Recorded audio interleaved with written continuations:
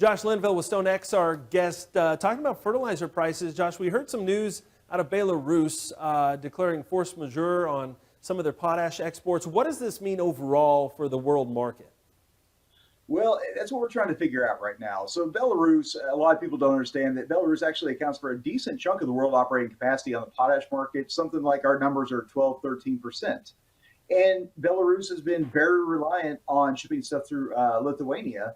But given the political situation, which has actually kind of gone to the back burner with what's going on between Russia and Ukraine, but Lithuania has cut off Belarus, and now all of a sudden Belarus is struggling to find ways of getting product to the water to ship it out, and that's why they're claiming these force majeures. It's been reported.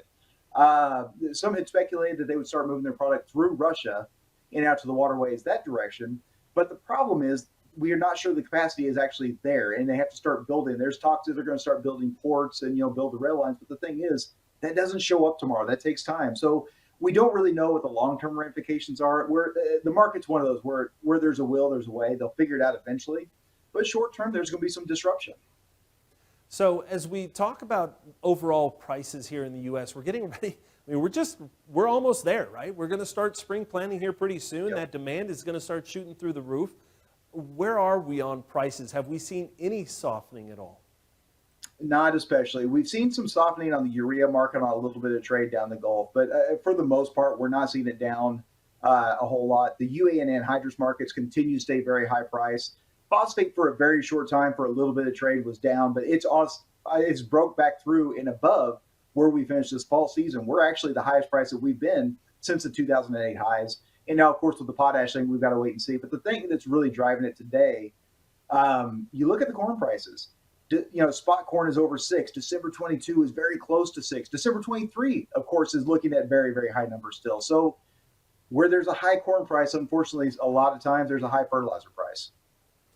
Any chance that any of this eases up at all, or are we just going to have to kind of keep working our way through the year and see if something shakes loose? I think there's always a chance. If 2021 taught us anything, it's that there is always a chance of something crazy happening. So I'm never going to say never. But a lot of the tea leaves right now tell us the prices are going to stay firm through most of the springtime. We will see prices back off in the summertime. But the problem is a lot of people have it in their mind that we're going to go back to the values we were summer of 2020. Is there a chance? Yeah, but it's a very, very small chance. There's a much bigger chance that we're going to stay on a higher cycle here for quite a while. As we talk with farmers about, kind of getting ready for spring planting, is there anything or things that they should be considering when they're out there looking for their kind of nutrient needs for the farm?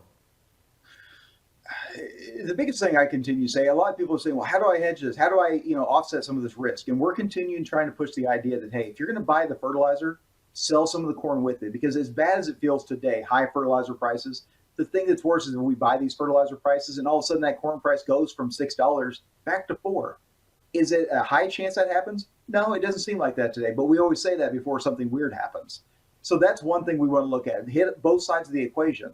And then number two, and I've been saying this a lot in my presentations everywhere, have more conversations, because as nervous as you are about buying these high-priced fertilizers, well, that retailer co-op is doing the exact same thing. They're looking at it and saying, if I buy the high and this thing goes to the floor, that is a company killer, and I'm not willing to take that risk. And so are the traders and everybody else. I'm really, really nervous about logistics this year. I'm afraid everybody's going to wait till the last minute, and we're going to show up and say, well, the product's always there. I'm ready to buy. I'm sorry. I don't have it for you. I hope it doesn't happen. I hope you have me back on and say, boy, Josh, you were way off base on that call. I hope that happens. But right now, that's one of my big worries. Good stuff, Josh. Appreciate it. Thank you so much for being here and giving us some perspective on, kind of where we're headed in these kind of new charted waters that we're trying to traverse.